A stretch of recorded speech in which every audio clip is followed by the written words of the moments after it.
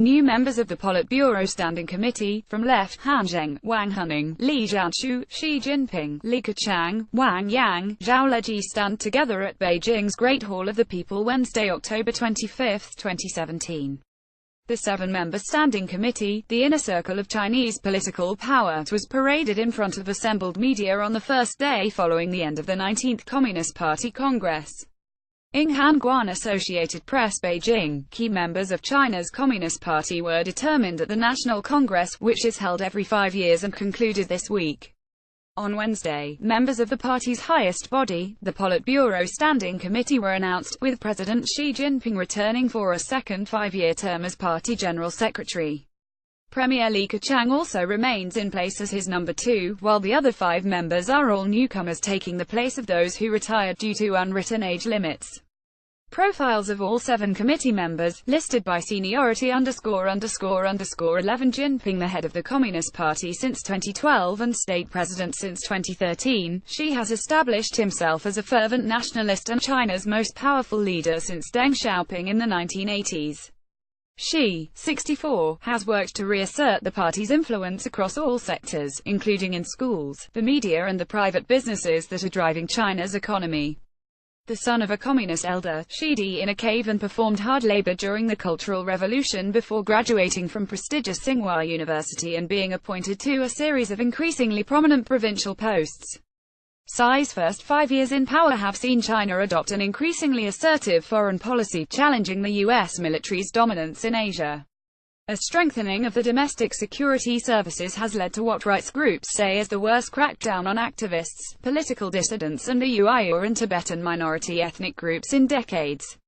With his new mandate, Xi will likely continue such measures while struggling to keep the economy growing fast enough to satisfy the demands of China's nearly 1.4 billion citizens and their building expectations for improving their quality of life. He's also formed a considerable cult of personality and has seen his personal political theory of socialism with Chinese characteristics for a new era enshrined in the party constitution. History looks kindly on those with resolve, with drive and ambition and with plenty of guts, Xi said in his speech at the opening of the party congress last week. It won't wait for the hesitant, the apathetic or those shy of a challenge, Li Keqiang Premier. Since 2013, Li had at one time been a candidate for the top job, but was ruled out in part because of his close connection with previous leader Hu Jintao. Party elders also were reportedly concerned that he might not be tough enough to ensure the party's hold on power and lead China into a more dominant global position. Despite that, Li's return for a second term on the Politburo appears to display the party's approval of his administrative skills and ability to maintain a balance between different factions.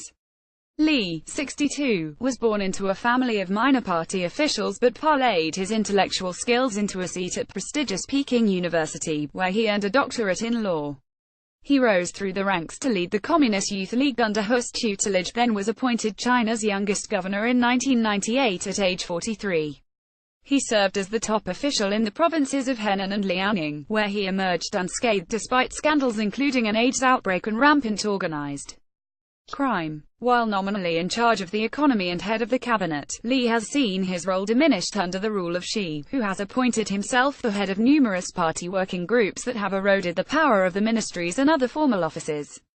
Affable and English-speaking, Li is seen most often in public greeting foreign visitors and paying visits to institutes of learning and high-tech industries. The people's Lihood is why we govern, Li said in his annual address to the national legislature in March. At times, one needs to place it on one's heart and carry it on one's shoulders. ___LIZHANSHU as director of the party's general office, Li effectively serves as Xi's chief of staff and is a constant presence at his side during state visits and other important occasions. The two men first worked together at the start of their careers as leading officials in adjacent rural townships in Hebei province outside Beijing. While Xi took on new posts in the country's dynamic southeast, Li remained in Hebei, eventually rising to head the Provincial Communist Youth League and hold other top posts.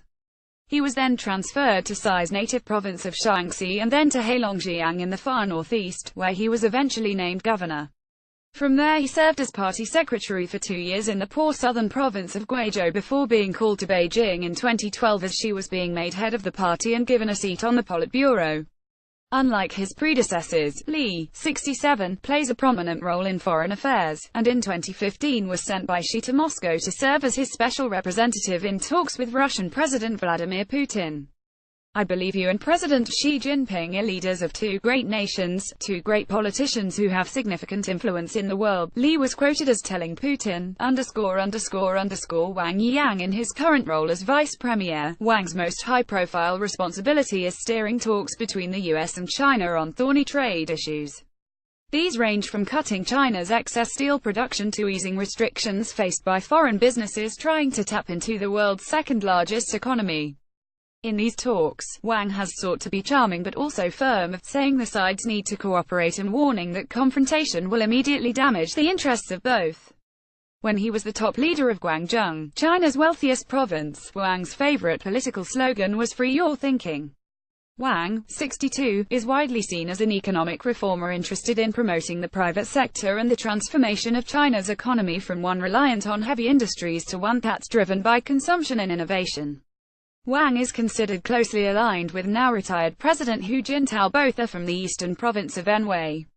In 2011, as Guangdong Party chief, Wang boosted his career when he presided over a compromise with protesters in the fishing village of Wukan, where residents had staged an uprising that made the village an internationally known symbol of grassroots defiance against the party. Wang Huning,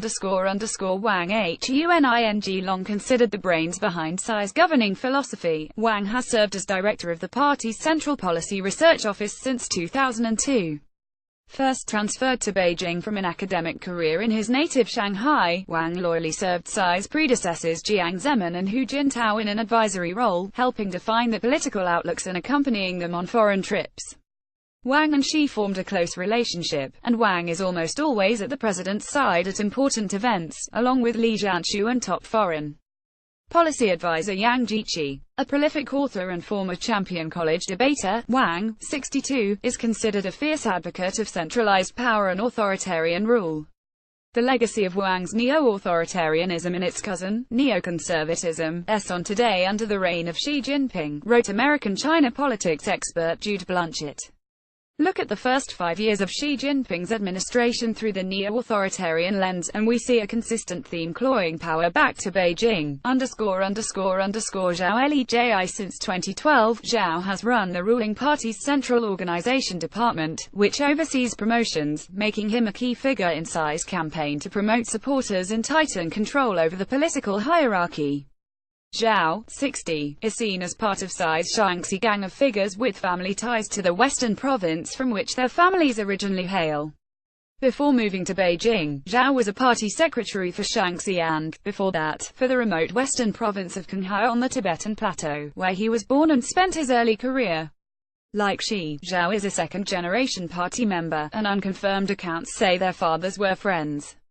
Zhao would be one of the youngest standing committee members ever, and his age would allow him to serve a full 10 years before party tradition would require he step down. That would help to extend Xi's influence beyond the next leadership change in 2022, when he would be forced to step down as president under term limits. Zhao is well positioned on the policy front to carry out several of Xi's long-standing objectives: the alleviation of poverty and the strict enforcement of regulations on party officials. Politics specialist Cheng Li wrote in a report for the Brookings Institution, Han Zheng, a trained economist, Han worked his way up the political hierarchy of China's financial hub of Shanghai from a humble start in the chemical industry and at a rubber shoe factory. He has spent his entire career in Shanghai, advancing over decades to become the city's mayor in 2003, then the youngest person to hold the position, at age 48, and its Communist Party chief in 2012. In 2007, he also served as deputy to Xi, then the city's party leader, before Xi moved to Beijing. Han, 63, is known as a business-friendly politician able to rattle off statistics with practiced ease. During his tenure as mayor, Shanghai hosted the 2010 World Expo, which showcased China's rise as a modern industrial power. But it was also on his watch that a New Year's Eve stampede on Shanghai's scenic Bund Promenade killed 36 people at the end of 2014. Earlier in his career, Han emerged seemingly unscathed from a massive corruption scandal centering on Shanghai's pension fund that resulted in the purge of the city's former Communist Party chief Chen Liangyu.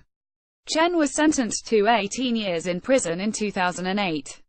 Washington's Brookings Institution said in a report this year that Han was known as a competent, seasoned financial and economic technocrat with market-friendly policy orientation in Shanghai. Copyright 2017 The Associated Press. All rights reserved. This material may not be published, broadcast, rewritten or redistributed.